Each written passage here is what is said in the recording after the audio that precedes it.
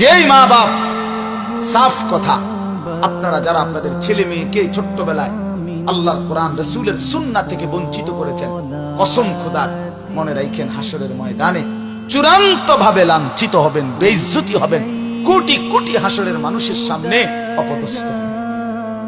কার হাতে? কার হাতে লাঞ্ছিত হবেন? আপনার ছেলেটার হাতে, আপনার মেয়েটার হাতে, অন্য কারো বেড়াইতে রাতে না, আমনের ফুতের হাতে। আমনের ফুত, আমনের জি, যাকে আপনি দিন শিখান নাই, নামাজ শিখান নাই, বঞ্চিত করেছেন কোরআন সুন্নাহ থেকে, সে সেদিন আল্লাহর কাছে বলবে, আল্লাহ আজ আমি মা বাপকে বেইজ্জতি করলাম,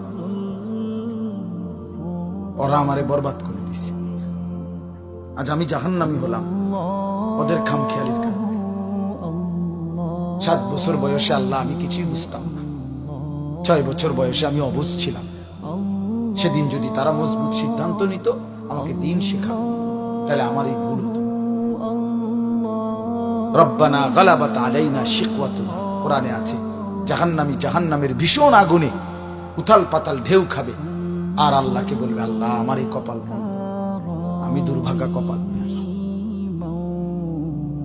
আল্লাহ আমার কপালটা মন্দ, আমি করলামটা কি? এত সুন্দর হায়াত কি করলাম?